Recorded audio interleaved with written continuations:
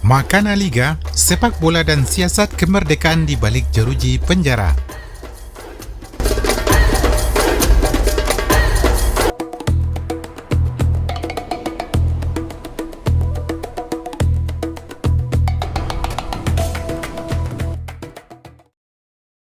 Ada sebuah ironi besar dalam sejarah peradaban manusia bahawa tempat paling sunyi sering kali dipilih untuk membungkam suara-suara yang paling lantang ketika sebuah rezim penguasa ketakutan terhadap kekuatan ide dan gagasan kemerdekaan. Jeruji besi saja tidak pernah dianggap cukup. Mereka membutuhkan sebuah tempat di mana waktu seolah berhenti, di mana harapan bisa dikubur hidup-hidup tanpa ada yang mendengar.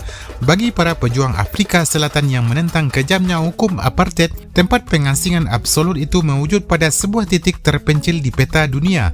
Sebuah daratan kecil yang dari jauh tampak tenang, namun menyimpan rahasia sebagai salah satu neraka dunia yang paling efektif.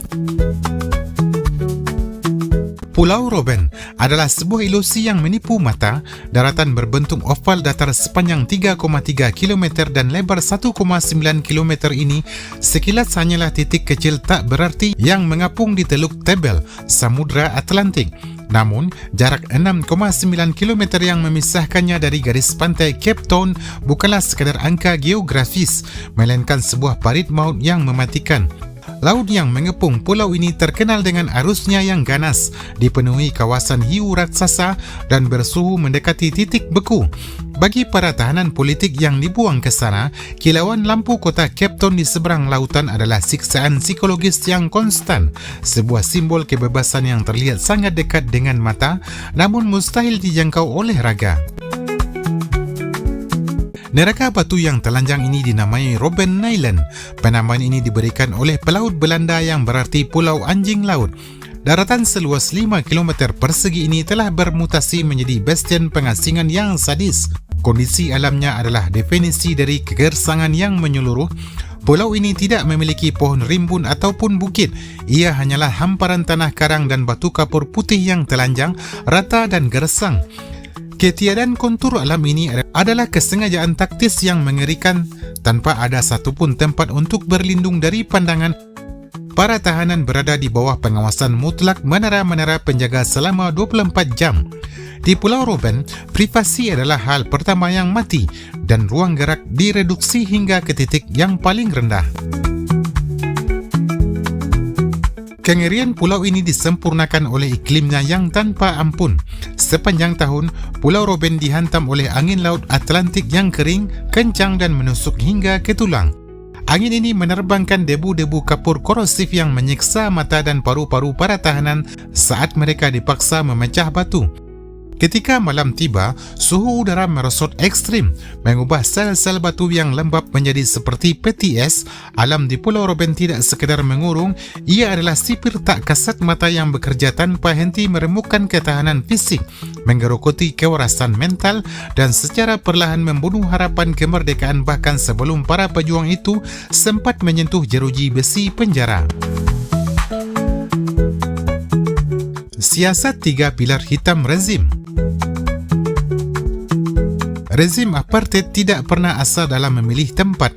Menjebloskan para musuh politik ke Pulau Robben adalah sebuah kalkulasi militer dan psikologis yang matang. Alasan pertama dan paling kasat mata adalah pemanfaatan pulau tersebut sebagai penjara alam yang mustahil ditembus. Secara visual, jarak 7 km menuju Cape Town terasa sangat dekat. Bahkan kerlip lampu kota yang indah di malam hari dapat terlihat jelas di pinggir pantai pulau. Kebebasan yang terpampang di depan mata namun mustahil dijangkau itu sengaja dipelihara sebagai siksaan psikologis yang konstan bagi para tahanan. Di luar dinding sel, alam bertindak sebagai sipir paling kejam. Laut yang mengepung pulau ini merupakan bagian dari arus Benguela yang mengalir langsung dari Antartika. Airnya yang mendekati titik beku mampu memicu hipotermia dalam hitungan menit, ditambah dengan arus deras, ombak ganas dan kawanan hiu pelatuk yang menjadi vonis mati jika nekat berenang ke seberang. Rezim apartheid memilih lokasi ini sebenarnya hanya sedang melanjutkan sebuah kutukan sejarah yang panjang sejak abad ke-17. Penguasa kolonial terdahulu, mulai dari VOC Belanda hingga Kekaisaran Inggris, telah merawat reputasi Pulau Robben sebagai tempat pembuangan bagi siapa saja yang dianggap sebagai ancaman kemapanan. Pulau ini adalah tempat di mana para pangeran dan ulama dari Nusantara yang membangkang diisolasi dan tempat di mana kepala suku Sosa bernama Makana diasingkan hingga tenggelam saat mencoba melarikan diri. Pada akhir abad ke-17, perusahaan Hindia Timur Belanda atau VOC menggunakan pulau terisolasi ini sebagai tempat pembuangan akhir bagi para ulama, bangsawan dan pemberontak yang menolak tunduk di tanah air mereka. Salah satu figur paling agung yang pernah merasakan dinginnya sel batu Pulau Robben adalah Syekh Yusuf Al-Makassari, seorang ulama dan panglima perang dari Goa, Sulawesi Selatan. Juga Sultan Ageng Tirtayasa dari Banten. Beliau ditangkap Belanda dan dibuang ke pulau ini pada tahun 1689 sebelum akhirnya dipindahkan ke Cape Town, dan kemudian beberapa pangeran Jawa dan pejuang Maluku yang ikut dirantai dan dibawa ke sana. Di sana, mereka tidak hanya bertahan hidup dari siksaan alam, tetapi juga menanam benih-benih perlawanan spiritual dan menyebarkan agama Islam untuk pertama kalinya di tanah Afrika. Bagi kolonial, membuang para pemikir Muslim ini ke ujung dunia adalah cara untuk memutuskan pengaruh mereka. Namun sejarah mencatat bahawa Pulau Robben justru menjadi saksi bisu bersatunya darah perlawanan Indonesia dan Afrika dalam melawan penindasan universal. Riwayat kelam pulau ini kian sempurna ketika pulau ini dialihfungsikan menjadi koloni penderita kusta serta rumah sakit jiwa bagi orang-orang yang dianggap cacat sosial. Secara psikologis, tempat ini telah mengakar selama berabad-abad di benak kolektif masyarakat sebagai pulau orang-orang yang dilupakan, sebuah stigma yang sengaja dieksploitasi rezim untuk meruntuhkan martabat para pejuang. Namun, di atas segalanya, alasan paling sinister dari isolasi ini adalah strategi mutlak untuk memenggal kepala revolusi. Memasuki era 1960-an, gerakan anti-apartheid di daratan utama Afrika Selatan tumbuh kian militan dan terorganisir.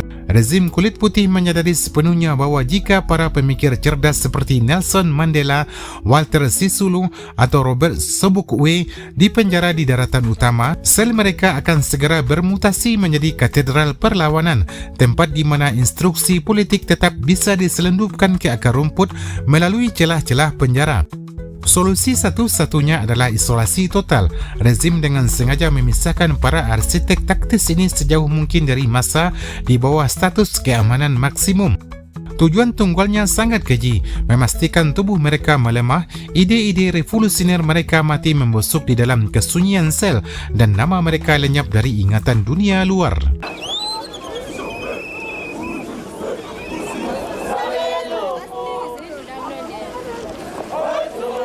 Eskalasi bawah tanah dan operasi karantina.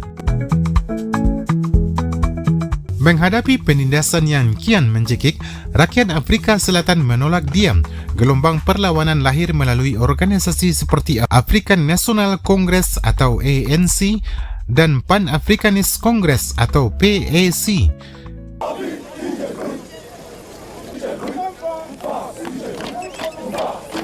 Ketika jalur-jalur diplomasi damai disumbat dengan timah panas oleh aparat, para aktivis dipaksa mengubah strategi secara radikal.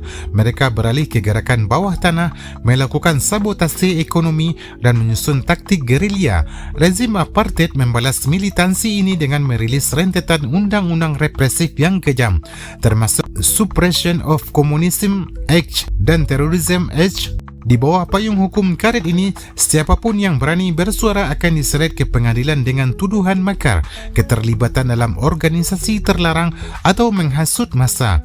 Menulis pamflet, mengorganisasi mogok kerja hingga mengajarkan kesetaraan ras sudah dihitung sebagai kejahatan tertinggi. Di mata hukum apartheid, mendambakan kebebasan adalah dosa yang tidak terampuni. Rezim menyadari sepenuhnya bahawa memenjarakan para pemberontak ini di daratan utama adalah tindakan menanam bom waktu. Membiarkan para pengacara cerdas, orator ulung dan ahli strategi militer berada di dekat massa hanya akan menjaga api revolusi tetap menyala. Untuk menghentikan ancaman tersebut, sebuah operasi pembersihan otak perlawanan dimulai secara sistematis pada tahun 1961, kemudian menghidupkan kembali fungsi Pulau Robben sebagai penjara keamanan maksimum atau Maximum Security Prison.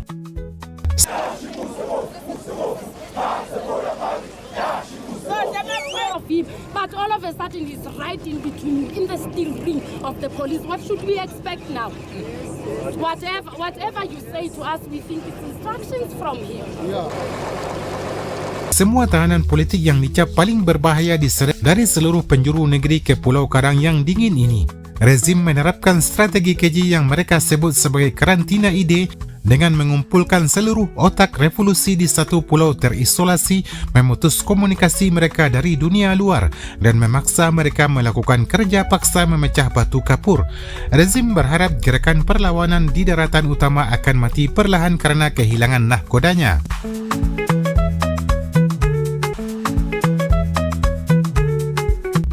Jerat hukum dan banjir manusia di Pulau Mati.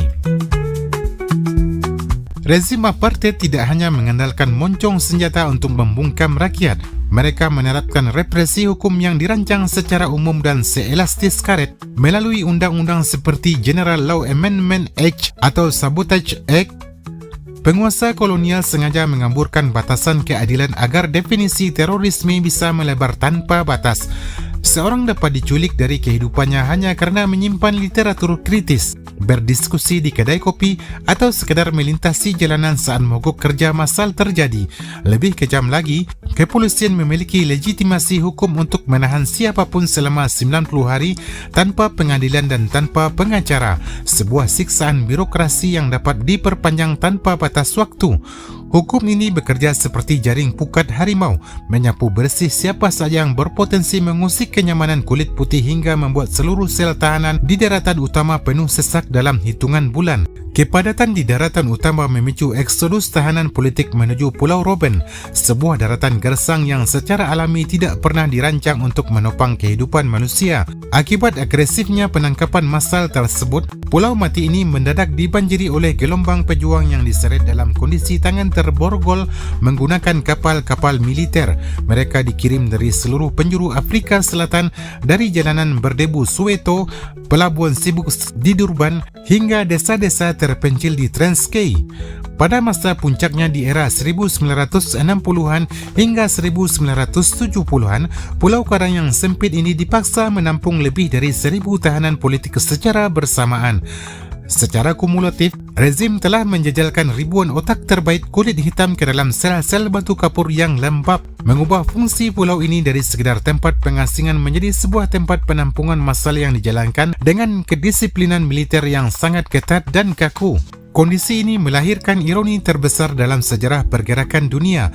Bermaksud mematikan gerakan perlawanan, rezim apartheid secara tidak sengaja justru membangun sebuah miniatur bangsa di balik kawat berduri. Di dalam blok-blok sel Pulau Robben berkumpul semua elemen pergerakan dari seluruh Afrika Selatan yang secara paksa didepak dari masyarakat. Mulai dari profesor universitas, pemilik teori hukum internasional, pengacara ulung, gerilyawan militer, hingga pemuda militan berenergi meledak-ledak. Meski awalnya mereka terfragmentasi oleh faksi politik yang berseberangan di luar sana, nasib malang di atas batu karang yang sama mengikis perbedaan tersebut. Rezim mengira tindakan mengurung para pemikir di pulau terisolasi akan memadamkan api revolusi. Mereka tidak menyadari bahwa dengan mengumpulkan semua bahan peledak intelektual ini di satu ruang tertutup, mereka justru memfasilitasi lahirnya sebuah mesin perlawanan baru yang jauh lebih terorganisir.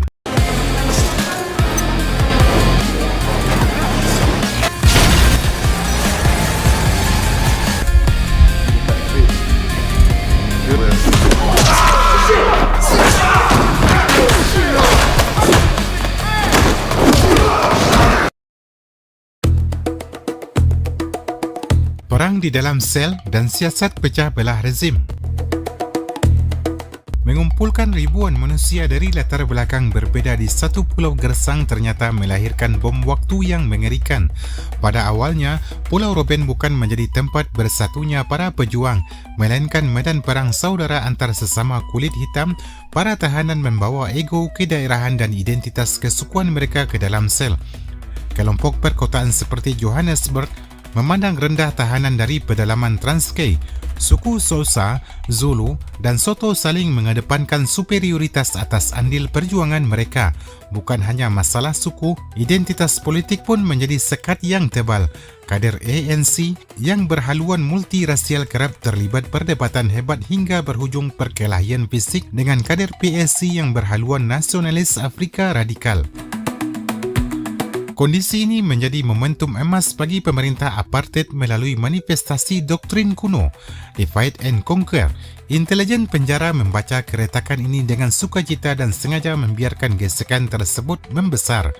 Sipir mengompori situasi dengan memberikan fasilitas yang sedikit lebih baik kepada kelompok tertentu demi memicu kecemburuan sosial. Skenario terjahat rezim sangat jelas. Biarkan para tahanan politik ini saling menghabisi lewat kerusuhan internal. Jika pertumpahan darah pecah, tangan rezim akan tetap bersih di mata internasional, sekaligus memberi mereka alasan legal untuk melakukan tindakan represif berupa penembakan massal dengan dalih pengendalian kerusuhan. Di tengah situasi kritis ini, para tokoh pergerakan senior menyadari bahaya laten yang mengintai garis waktu perjuangan. Jika mereka gagal mendisiplinkan diri di dalam satu kompleks penjara, mereka tidak akan pernah bisa menyatukan negara Afrika Selatan kelak setelah merdeka. Rantai komando harus diselamatkan, namun para tokoh tahu bahwa permusuhan ini tidak bisa dihentikan hanya dengan khotbah politik atau rapat gelap. Tahanan muda yang emosional membutuhkan sebuah wadah netral, sebuah instrumen yang mampu melelahkan ego kesukuan, mengubur bendera faksi dan mengalihkan agresi fisik menjadi energi yang teratur. Para pemimpin mulai mencari satu-satunya bahasa universal yang dipahami dan dicintai oleh seluruh pemuda dari suku manapun, dan jawapan itu adalah sepak bola. Operasi Senyap Penaklukan Sipir. Untuk meruntuhkan ego kelompok sekaligus mematahkan skenario pecah belah rezim, para tokoh pergerakan memilih tidak menggunakan otot ataupun pemberontakan berdarah. Mereka menyusun sebuah operasi senyap yang sangat terstruktur, legal dan bertahap melalui garis waktu tindakan konkret yang memaksa rezim apartheid bertekuk lutut. Langkah pertama yang diambil pada akhir tahun 1964 adalah mendisiplinkan internal rumah mereka sendiri dengan melakukan persetujuan gencatan senjata internal. Nelson Mandela dari faksi ANC dan Robert Sobukwe dari faksi PAC menggunakan pengaruh absolut mereka untuk mengeluarkan komando rahasia lintas faksi. Hentikan semua pertikaian kesukuan dan politik di dalam sel, karena siapapun yang memicu keributan antar tahanan akan langsung dicap sebagai pengkhianat perjuangan. Seketika itu juga, blok-blok sel dikunci dalam keheningan total. Sebuah rencana besar yang rapi telah dimulai dari balik sunyinya jeruji besi. Sepanjang tahun 1965 hingga 1966, perlawanan bergeser menjadi pengepungan birokrasi. Para tahanan yang memiliki latar belakang hukum mulai melancarkan barang kertas dengan mengirimkan surat petisi resmi kepada Kepala Sipir Pulau Robben setiap minggu tanpa absen. Menariknya, mereka tidak menuntut kemerdekaan ataupun pengurangan masa tahanan, melainkan menuntut hak rekreasi dasar untuk bermain sepak bola berdasarkan standar minimum perlakuan tahanan yang dikeluarkan PBB. Surat-surat ini sengaja disusun menggunakan bahasa hukum internasional yang sangat formal dan rapi, membuat sipir kehilangan celah untuk menuduh mereka melakukan pembangkangan liar. Ketika ratusan petisi tersebut tetap diabaikan dan berakhir di tempat sampah sipir, para tokoh politik menurunkan senjata pemungkas mereka pada pertengahan 1966. Aksi mogok makan massal yang dilakukan secara kolektif dan sangat disiplin setiap hari Sabtu, hari yang mereka incar untuk bermain bola, seluruh tahanan menolak menyentuh jatah makanan mereka, memilih kelaparan massal demi sebuah prinsip. Keteguhan fisik tersebut akhirnya membuahkan hasil pada tahun 1967 dengan memanfaatkan perhatian dunia luar saat delegasi Palang Merah Internasional berkunjung untuk memeriksa Pulau Robben. Para tokoh pergerakan berhasil menyelundupkan laporan terstruktur mengenai penolakan hak olahraga dan kondisi penjara yang tidak manusiawi. Ketakutan bahawa borok rasisme mereka akan diekspos secara luas di sidang PBB membuat ibu kota Pretoria panik dan berbalik menekan kepala sipir di Pulau Robben. Titik balik bersejarah akhirnya tercipta pada Desember 1967. Benteng pertahanan sipir jebol ketika seorang petugas membacakan keputusan di koridor blok sel bahawa para tahanan diizinkan bermain sepak bola setiap hari Sabtu selama 30 menit. Meski lapangan yang diberikan hanyalah sebidang tanah merah berdebu yang dipenuhi batu tajam dan berbatasan langsung dengan kawat berduri, momen ini adalah kemenangan politik pertama mereka. Hukum rasis terbukti bisa ditekuk jika dilawan dengan organisasi yang rapi. Dan kini, tantangan berikutnya yang jauh lebih gila adalah bagaimana mengelola izin 30 menit tersebut menjadi sebuah liga profesional 3 divisi yang super ketat. Arsitektur Makana FA dan simulasi negara demokratis. The violent days of betrayal, the screaming of the innocents as people were gathered.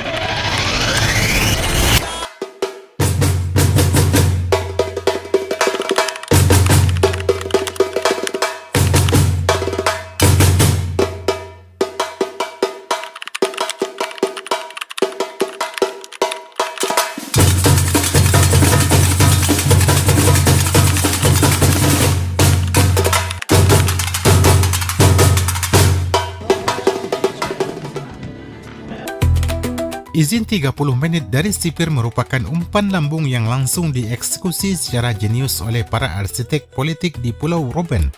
Mereka menyadari bahawa jika sepak bola dibiarkan berjalan liar tanpa aturan, liga ini akan runtuh dalam waktu singkat akibat keributan yang akan memberikan alasan bagi sipir untuk mencabut kembali izin tersebut. Maka, pada Juni 1969, di bawah bayang-bayang sel malam hari, lahirlah Makana Football Association atau Makana FA. Nama Makana dipilih sebagai bentuk penghormatan kepada kepala suku pejuang Xhosa yang tenggelam saat mencoba melarikan diri dari pulau tersebut pada abad ke-19. Melalui organisasi ini, para tahanan menyusun cetak biru untuk membangun sebuah liga yang bahkan jauh lebih teratur daripada kompetisi profesional milik kulit putih di luar penjara. Langkah pertama Makana FA adalah menyusun kitab hukum organisasi melalui konstitusi selundupan. Memanfaatkan jaringan pengacara dan sipir yang bersimpati, para tahanan berhasil menyelundupkan buku statuta resmi FIFA ke dalam blok sel. Setiap malam, dengan penerangan lilin yang minim, komite konstitusi yang dipimpin oleh para tahanan berlatar belakang hukum menyalin, menyadur dan menyesuaikan pasal-pasal FIFA ke dalam konteks penjara.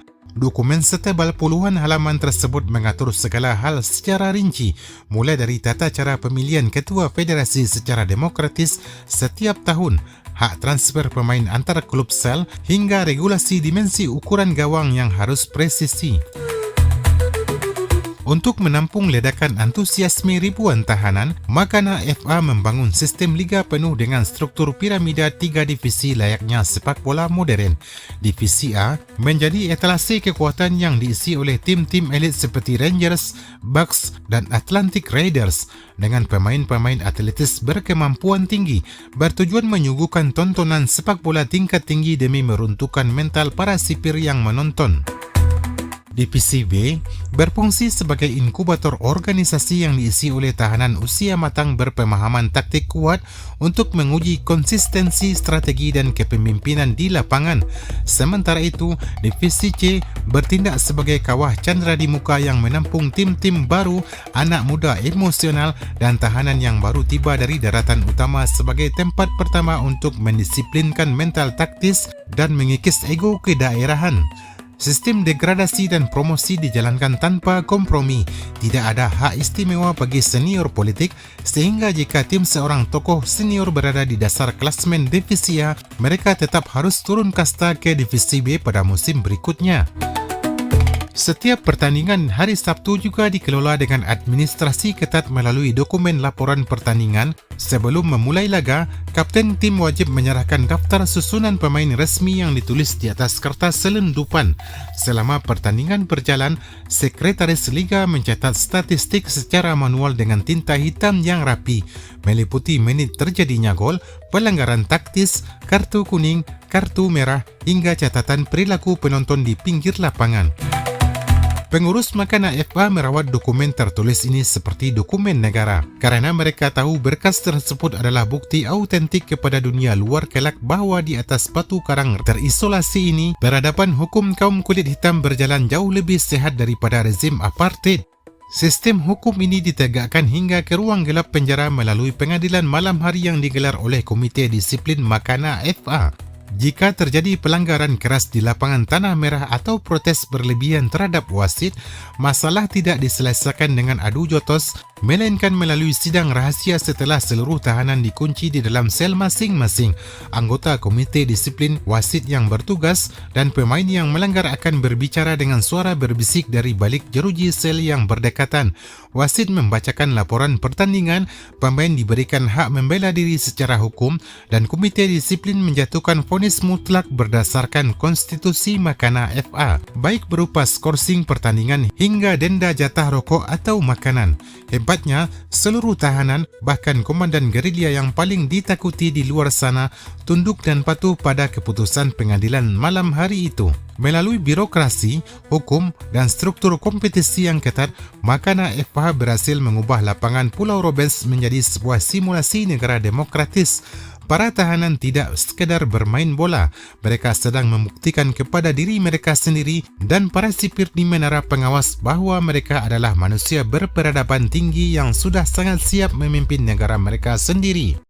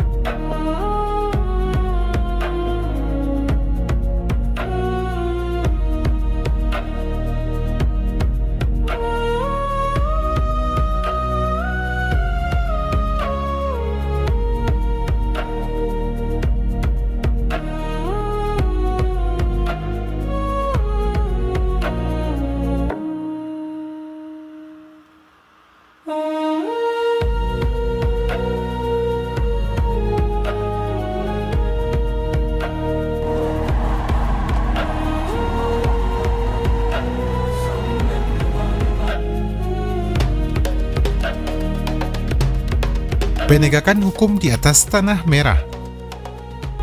Status sebagai komandan gerilya yang ditakuti di luar penjara atau posisi senior di faksi ANC maupun PSC tidak memberikan hak istimewa untuk menjadi penegak hukum di Pulau Robben. Makana Football Association atau Makana FA membentuk asosiasi wasit independen yang polanya meniru kompetisi profesional aslinya. Untuk dapat memegang peluit dan memimpin pertandingan di divisi A, seorang tahanan harus melewati ujian kualifikasi yang menyiksa otak. Mereka diwajibkan menghafal dan memahami secara mendalam 17 pasal Laws of the Game FIFA dari buku regulasi yang diselundupkan.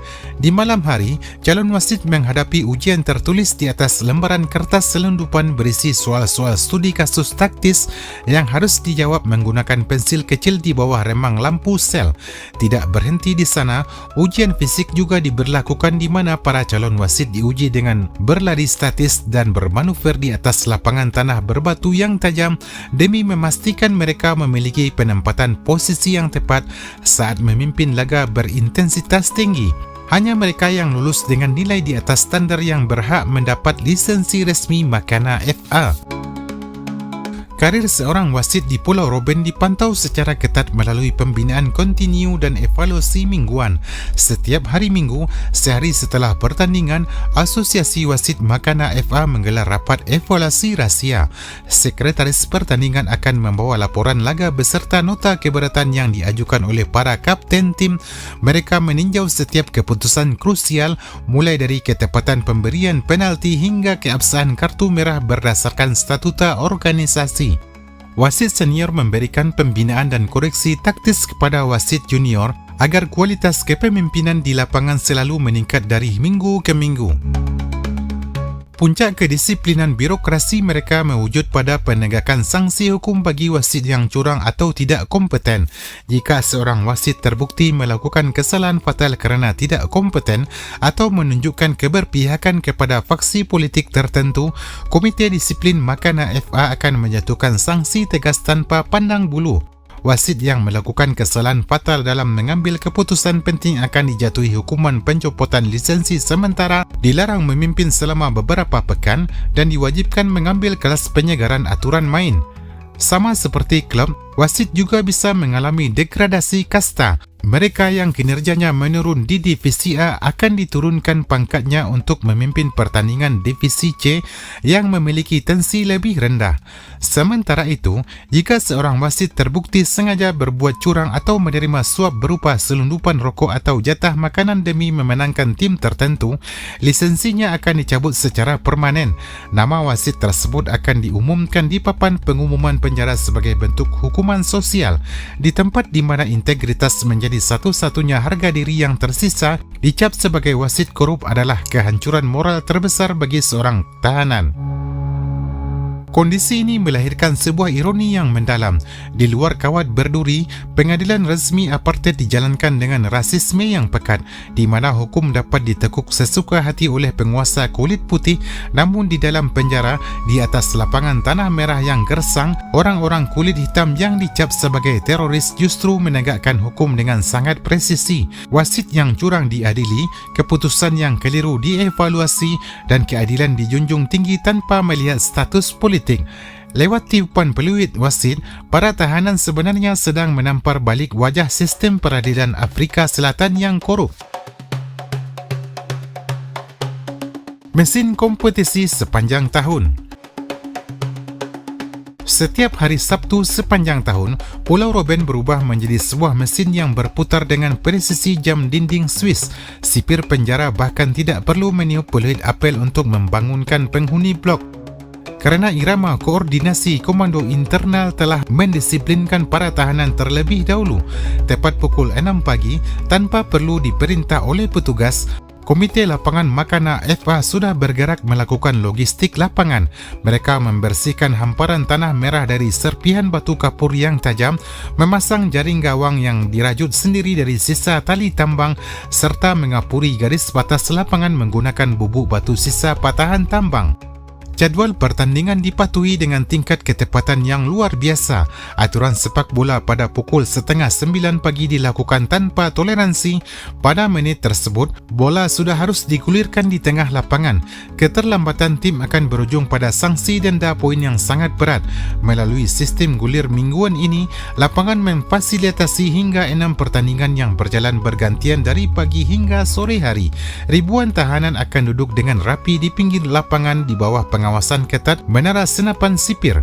Di sini tidak ada ruang untuk keributan. Penonton didisiplinkan secara mandiri oleh komite supporter untuk hanya meneriakkan yel-yel olahraga dan mengubur rapat slogan politik demi menutup celah bagi sipir yang mencari alasan untuk menghentikan laga. Di penghujung hari Sabtu, ketika peluit akhir babak telah ditiup, kerja birokrasi belum usai. Sekretaris Liga akan membawa dokumen laporan pertandingan ke dalam sel untuk merekap skor, menghitung selisih gol dan memperbarui papan klasmen. Pada Senin pagi, lembar klasmen terbaru sudah menempel rapi di papan pengumuman blok sel agar bisa dilihat oleh seluruh tahanan. Sepanjang tahun, siklus kompetisi ini berjalan tanpa cacat, sebuah perwujudan organisasi yang rapi dan dikelola dengan standar korporat yang tinggi di tengah neraka pengasingan. Pasar transfer dan mata uang di balik jeruji. Di Pulau Robben, seorang pemain tidak dapat berpindah klub begitu saja hanya kerana alasan pertemanan dengan kapten tim lain. Makana Football Association atau Makana FA memberlakukan birokrasi transfer resmi yang meniru sistem FIFA secara presisi. Jika sebuah klub ingin memboyong striker tajam dari tim rival, kedua manajer wajib mengajukan dokumen surat transfer resmi kepada Komite Eksekutif Makana FA. Surat kesepakatan ini harus ditandatangani oleh pemain yang bersangkutan serta sekretaris kedua klub di atas kertas selundupan. Proses perpindahan ini pun dibatasi oleh jendela transfer yang hanya dibuka pada jeda musim dingin atau sebelum kompetisi baru dimulai. Pemain yang nekat berpindah klub tanpa persetujuan tertulis dari komite akan dijatuhi sanksi berat berupa larangan bertanding selama 1 musim penuh. Karena uang tunai merupakan barang haram yang mustahil beredar di dalam penjara, para manajer klub harus memutar otak untuk menciptakan alat tukar yang sah. Nilai pasar seorang pemain akhirnya diukur dari komoditas paling berharga di Pulau Robben, yaitu rokok, jatah roti, gula dan sabun mandi. Rokok bertindak sebagai mata uang dengan nilai tertinggi di dalam sel. Kesepakatan transfer untuk pemain bintang seringkali melibatkan komitmen penyerahan jatah rokok dari para supporter dan pengurus klub pembeli kepada klub penjual. Selain rokok, kontrak jatah makanan juga menjadi daya tawar yang tinggi. Sebagai pemikat agar pemain incaran bersedia pindah, klub-klub kaya yang biasanya disokong oleh tahanan senior dengan akses logistik yang lebih baik akan menjanjikan bonus kontrak berupa tambahan potongan roti, sesendok gula pasir ekstra di pagi hari hingga sebatang sabun mandi yang lebih layak. Atmosfer Stadion Omerta dan Zona Merdeka. Setiap hari Sabtu, sekeliling lapangan Tanah Merah Pulau Robben bermutasi menjadi tribun stadion yang bergemuruh. Ratusan tahanan politik yang setiap harinya disiksa di tambang batu seketika melupakan status tawanan mereka selama 90 menit. Karena tidak ada jersey atau atribut resmi, kreativitas luar biasa lahir di dalam sel.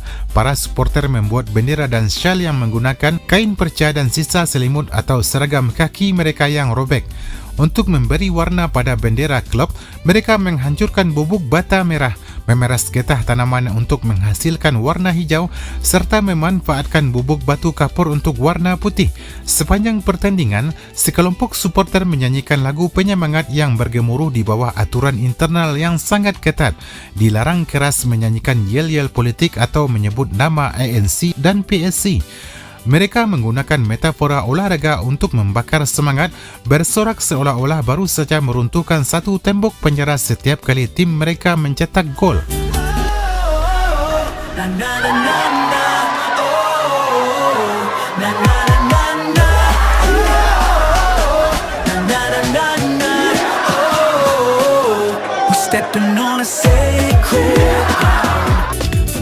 Menjelang pertengahan tahun 1973, atmosfer di lapangan Pulau Robben berada di titik didih yang paling magis sekaligus mencekam. Rivalitas antara klub di divisi A telah mencapai level profesional yang sengit namun dibalut rasa hormat yang mendalam. Di pinggir lapangan, perbedaan suku dan faksi politik meleleh sepenuhnya saat penonton dari suku Zulu dan Xhosa berpelukan merayakan gol yang sama. Di lapangan Tanah Merah itu telah berubah menjadi zona merdeka di mana hukum rasis apartheid tidak lagi berlaku. Di pekan-pekan terakhir sebelum kompetisi ditutup secara paksa, dominasi psikologis di pulau ini berbalik total. Para sipir yang membawa senapan otomatis di atas menara pengawas justru terlihat tegang dan ketakutan melihat ribuan tahanan bergerak dalam satu ritme, dipimpin oleh wasit mereka sendiri dan diatur oleh birokrasi mereka sendiri. Pada Sabtu terakhir di bulan Juni 1973, sebelum peluit pembubaran itu datang, lapangan Pulau Robben bukan lagi sebuah penjara, melainkan sebuah stadion penuh harapan. Ribuan mata tahanan politik tertuju pada pergerakan bola di atas tanah berdebu. Di bawah laras senjata sipir yang gemetar melihat kekuatan persatuan, orang-orang kulit hitam ini berbisik lewat sorak-sorai mereka. Jika di lapangan ini kita bisa menegakkan keadilan dan aturan main kita sendiri, maka esok hari daratan Afrika Selatan akan berada di bawah kendali kita. Kepanikan rezim dan titik didih 1973. Otoritas penjara awalnya membiarkan liga ini bergulir kerana berasumsi sepak bola akan menguras energi fisik para pejuang sehingga mereka tidak lagi memiliki daya untuk memikirkan pemberontakan. Namun memasuki tahun 1972, kepala sipir dan agen intelijen militer rezim yang ditempatkan di Pulau Robben mulai mencium bau bahaya yang pekat. Saat berdiri di menara pengawas sambil mengarahkan teropong ke lapangan, mereka tidak lagi melihat segerombolan tahanan dengan rasisme dan kesukuan yang mudah diadu domba. Di hadapan mereka, kini telah lahir sebuah monster organisasi yang solid. Intelijen rezim menyadari bahawa gesekan antar suku Xhosa dan Zulu serta rivalitas politik antara faksi ANC dan PSC telah lenyap total dari pulau tersebut kerana dilebur oleh jersey sepak bola. Mereka menyaksikan sendiri bagaimana seorang pemuda dari faksi radikal PSC dengan patuh menerima teguran keras dari wasit yang merupakan senior faksi ANC. Lebih jauh lagi, kemampuan administrasi para tahanan dalam mengelola 24 klub, ratusan pemain, jadual kompetisi yang rumit hingga urusan medis cedera dengan laporan tertulis ternyata jauh lebih rapi daripada birokrasi internal sipir penjara itu sendiri. Kesimpulan intelijen apartheid pada awal tahun 1973 sangat menghentak. Lapangan sepak bola di Pulau Robben telah bertransformasi menjadi sekolah tinggi administrasi dan strategi perang gerilya bawah tanah.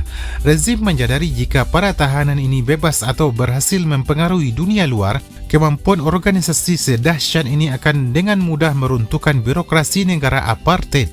Rantai komando militer mereka sudah terlalu solid dan terlumasi dengan sempurna melalui roda kompetisi. Dilanda kepanikan massal pada pertengahan tahun 1973, Komando Tinggi Pretoria akhirnya mengeluarkan perintah darurat untuk menghancurkan Makana Football Association atau Makana FA. Pasukan sipir bersenjata lengkap segera melakukan penggerebekan mendadak ke blok-blok sel pada malam hari. Semua dokumen administrasi, buku statuta FIFA salinan, lembar klasmen hingga piala-piala sederhana buatan tahanan disita lalu dibakar. Para pengurus inti Makana FA diseret keluar dan dijebloskan ke sel isolasi gelap gulita. Sementara izin bermain sepak bola dicabut secara total, lapangan tanah merah itu kembali sepi, dipagari kawat berduri ekstra dan dilarang keras untuk diinjak. Namun, rezim apartheid keliru besar jika mereka mengira dengan membakar kertas laporan dan menyita bola kulit berarti mereka telah memenangkan pertempuran.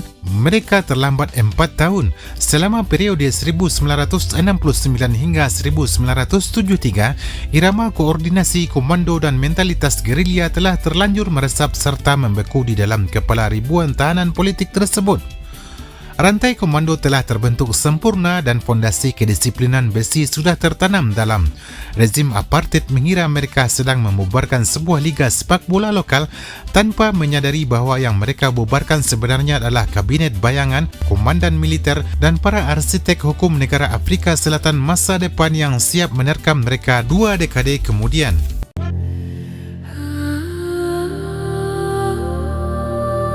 Malam Jahannam 1973 dan pembungkaman peluit terakhir.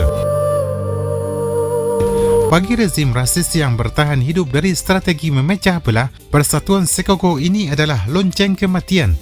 Menyadari bahaya laten tersebut, Komando Tinggi di Pretoria mengeluarkan satu perintah darurat tanpa kompromi, hancurkan mesin organisasi ini sampai ke akarnya.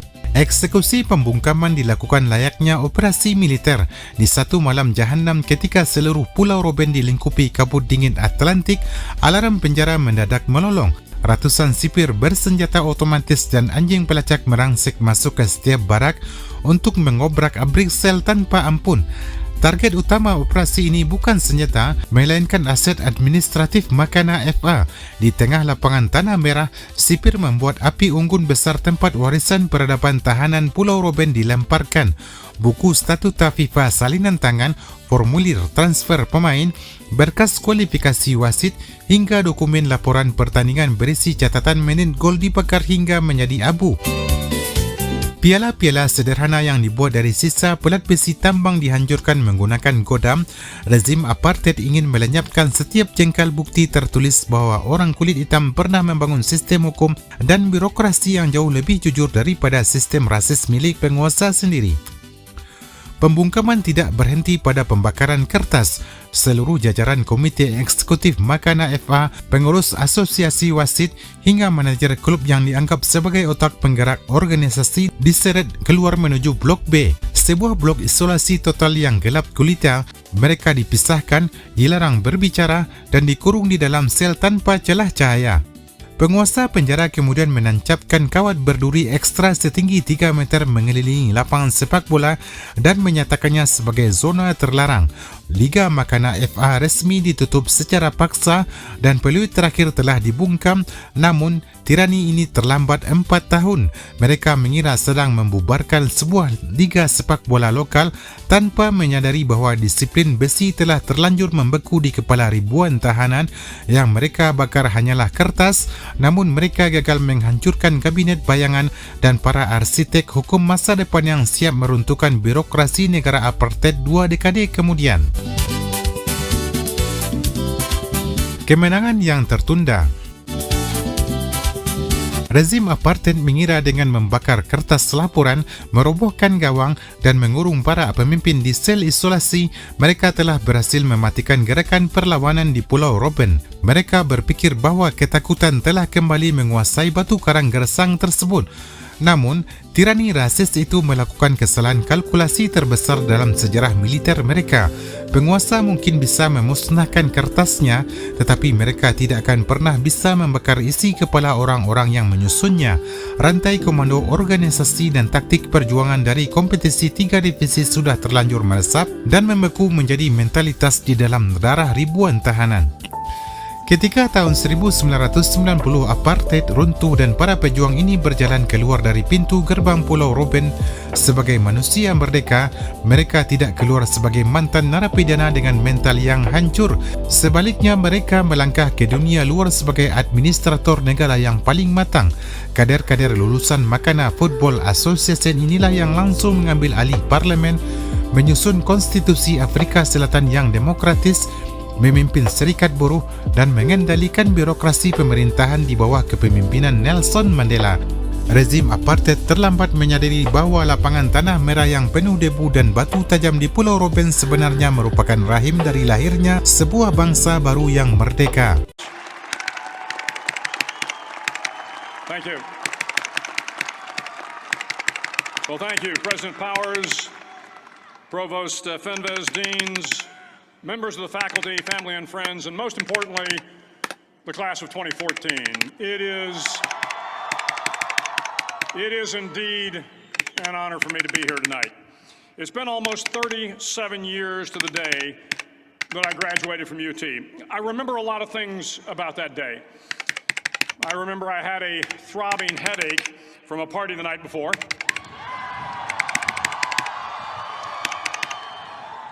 I remember I had a serious girlfriend, who I later married. That's important to remember, by the way.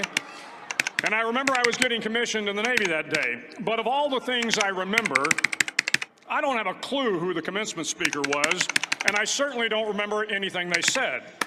So acknowledging that fact, if I can't make this commencement speech memorable, I will at least try to make it short. So the university's slogan is, what starts here changes the world. Well, I've got to admit, I kind of like it. What starts here changes the world. Tonight, there are almost 8,000 students, or there are more than 8,000 students graduated from UT. So that great paragon of analytical rigor, Ask.com, says that the average American will meet 10,000 people in their lifetime. 10,000 people, that's a lot of folks. But if every one of you changed the lives of just 10 people, and each one of those people changed the lives of another 10 people. But changing the world can happen anywhere, and anyone can do it. So what starts here can indeed change the world. But the question is, What will the world look like after you change it? Well, I'm confident that it will look much, much better. But if you'll humor this old sailor for just a moment, basic SEAL training is 6 months of long, torturous runs in the soft sand, midnight swims in the cold water off San Diego, obstacle courses, unending calisthenics, days without sleep, and always being cold, wet, and miserable.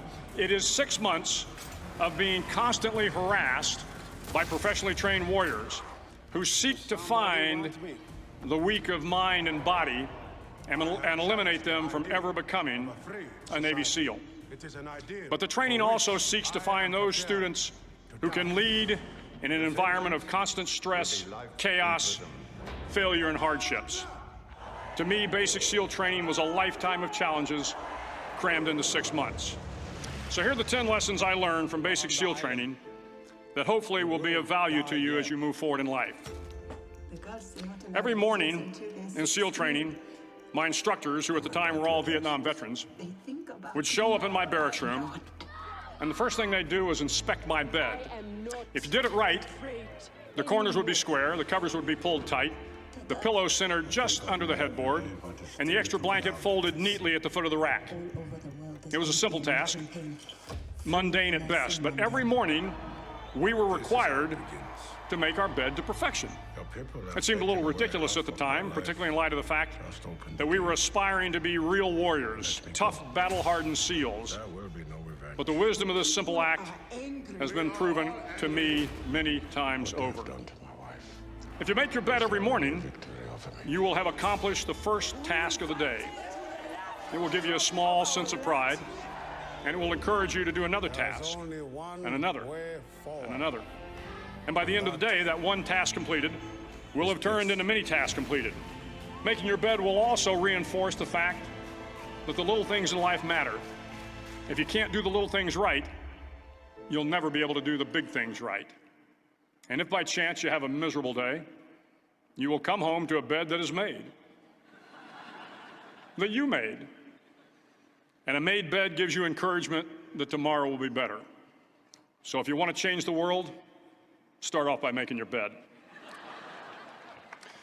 During SEAL training, the students are all broken down into boat crews. Each crew is 7 students, 3 on each side of a small rubber boat, and 1 coxswain to help guide the dinghy. Every day, your boat crew forms up on the beach and is instructed to get through the surf zone and paddle several miles down the coast. In the winter, the surf off San Diego can get to be 8 to 10 feet high, and it is exceedingly difficult to paddle through the plunging surf unless everyone digs in.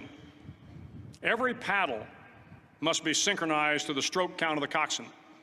Everyone must exert equal effort, or the boat will turn against the wave and be unceremoniously dumped back on the beach.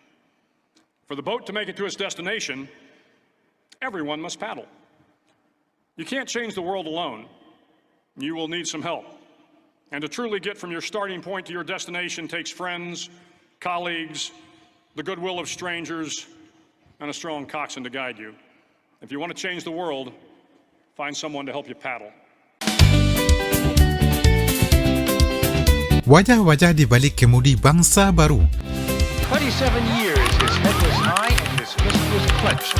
Nelson Mandela walked out of Victor Verster prison today like a chief of state. They were the South African State Police, providing security for the man who'd once been the most wanted man anywhere, taunting the pale blue cloudless skies of Cape Town. Hundreds of thousands had come to town. They turned the central square called Grand Parade into a dance floor, and they waited. Bukti nyata dari keberhasilan rahim pergerakan ini mewujud pada takdir para arsitek pasca tahun 1994. Di dalam sel Pulau Robben pada tahun 1969, mendekam seorang pemuda jenius berlatar belakang hukum bernama Digang Moseneke. Dialah arsitek utama yang menyalin statuta FIFA dan menyusun hukum tata tertib Makana Football Association demi memastikan birokrasi liga berjalan tanpa celah. Ketika apartheid runtuh, Nelson Mandela menunjuk Moseneke sebagai salah satu perumus utama konstitusi demokratis Afrika Selatan yang baru. Kemampuannya mengelola keadilan yang diuji pertama kali di sel Pulau Robben membawanya menduduki posisi puncak sebagai wakil ketua Mahkamah Agung Afrika Selatan. Moseneke kemudian hari merefleksikan bahawa sistem yang dibangun di Makana FA merupakan fondasi berharga tempat mereka pertama kali belajar menyusun hukum yang adil, mengelola hak asasi manusia dan menjalankan peradilan yang transparan bagi sebuah bangsa. Tokoh berikutnya adalah Jacob Zuma yang pada era 1970-an bertindak sebagai intelijen militer sayap bersenjata ANC di luar penjara. Namun di Pulau Robben, kerana keterbatasan kesihatan, Zuma mengambil peran krusial sebagai wasit dan ketua komite disiplin Makana FA. Dialah orang yang memimpin persidangan malam hari di balik jeruji dan menjatuhkan sanksi bagi pemain yang melakukan kecurangan. Kedisiplinan mengelola manusia dan ketekasan sebagai penegak aturan di lapangan Tanah Merah tersebut membawanya masuk ke jajaran elit pemerintahan pasca kemerdekaan. Zuma menjadi tokoh kunci dalam rekonsiliasi, menjabat sebagai wakil presiden hingga akhirnya terpilih menjadi presiden keempat Afrika Selatan. Di bawah Mister Gawang kompetisi Pulau Robben, terdapat pula nama Kgalema Motlanthe. Pemuda militan ini merupakan penjaga gawang tangguh yang merasakan langsung kerasnya perjuangan merangkak dari divisi C, menahan gempuran striker lawan dan membangun komunikasi pertahanan dari lini paling belakang. Pola pikir strategis dan ketenangan sebagai seorang mantan penjaga gawang tersebut membentuknya menjadi organisator massa yang ulung hingga dipercaya menjadi Sekretaris Jenderal ANC. Langkah politiknya terus menanjak hingga berhasil menduduki puncak kekuasaan sebagai Presiden ketiga Afrika Selatan. Terakhir, Steve Tshwete, salah satu pengurus Makana FA paling vokal yang dahulu mempertaruhkan nyawa memperjuangkan hak bermain bola melalui aksi mogok makan. Tshwete adalah konseptor yang merancang bagaimana sepak bola bisa menyatukan faksi-faksi politik yang bertikai di dalam barak penjara. Ketika Nelson Mandela membentuk kabinet pertamanya yang legendaris pada tahun 1994, sebuah kementerian baru dibentuk untuk menyembuhkan luka rasial bangsa, Kementerian Olahraga. Mandela tanpa ragu menunjuk Steve Tshwete menjadi Menteri Olahraga dan Rekreasi pertama. Melalui posisinya, Tshwete mendesain diplomasi olahraga legendaris termasuk Piala Rugby 1995 untuk menyatukan warga kulit hitam dan kulit putih di bawah satu bendera yang sama. Melalui rekam jejak keempat tokoh ini, sejarah mencatat sebuah kebenaran mutlak. Mereka yang memegang peluit, mencatat statistik, menjaga gawang dan menyusun statuta di atas tanah gersang Pulau Robben pada akhirnya adalah orang-orang yang memegang kemudi dan merajut masa depan sebuah bangsa yang merdeka. Sejarah mencatat bahawa transisi kekuasaan dari rezim rasis apartheid ke pemerintahan demokratis Afrika Selatan pada tahun 1994 adalah salah satu proses peralihan kekuasaan yang paling damai dan teratur di dunia. Banyak pengamat terheran-heran melihat bagaimana orang-orang kulit hitam yang selama puluhan tahun ditindas dan isolasi mendadak sangat mahir mengelola birokrasi negara, menegakkan hukum peradilan dan menyusun konstitusi tanpa memicu perang saudara. Jawabannya tersimpan rapat di sebuah pulau karang kecil berjarak 7 km dari Cape Town. Jawabannya ada pada lembar-lembar laporan pertandingan, berkas kualifikasi wasit dan statuta Makana Football Association.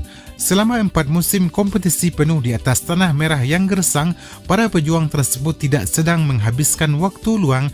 Mereka sedang melakukan geladi resik untuk memimpin sebuah negara.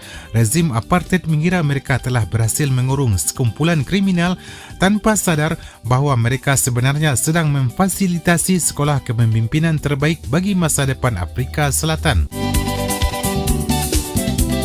Simulasi negara demokratis.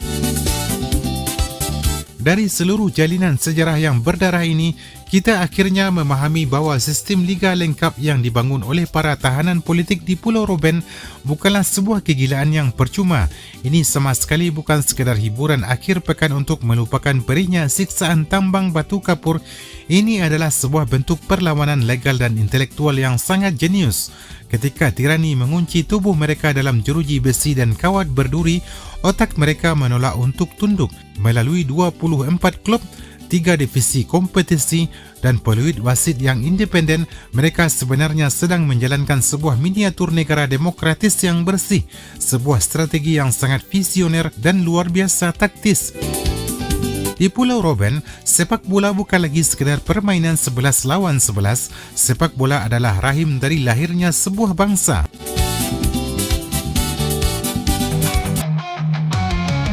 Validasi tertinggi dan stempel kehormatan FIFA.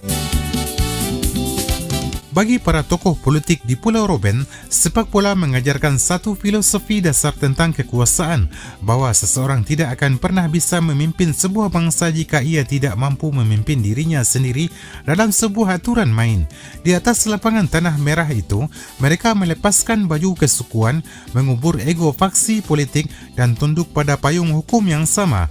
Pesan luhur mereka sangat jelas bahawa kemerdekaan bukan sekedar soal merebut kekuasaan dari tangan penjajah, melainkan tentang kesiapan mental untuk membangun sebuah peradaban yang tertib, adil dan bermartabat.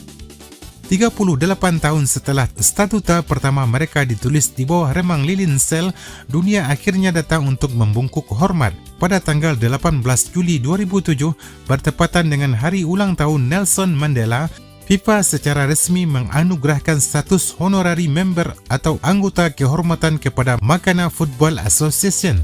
Momen ini menjadi pembuktian sejarah yang luar biasa sepanjang riwayat sepak bola modern. Makana FA menjadi satu-satunya asosiasi sepak bola di dalam penjara yang diakui secara sah oleh FIFA sebagai bagian resmi dari keluarga sepak bola dunia. Pengakuan dari Zurich ini bukanlah bentuk santunan emosional, melainkan sebuah validasi ilmiah terhadap presisi administrasi, ketatnya hukum perwasitan dan luar biasanya struktur kompetisi yang mereka bangun. Dunia mengakui bahawa cetak biru organisasi yang dirancang oleh orang-orang yang dicap sebagai teroris ini memiliki standar profesionalisme yang sejajar dengan federasi sepak bola modern.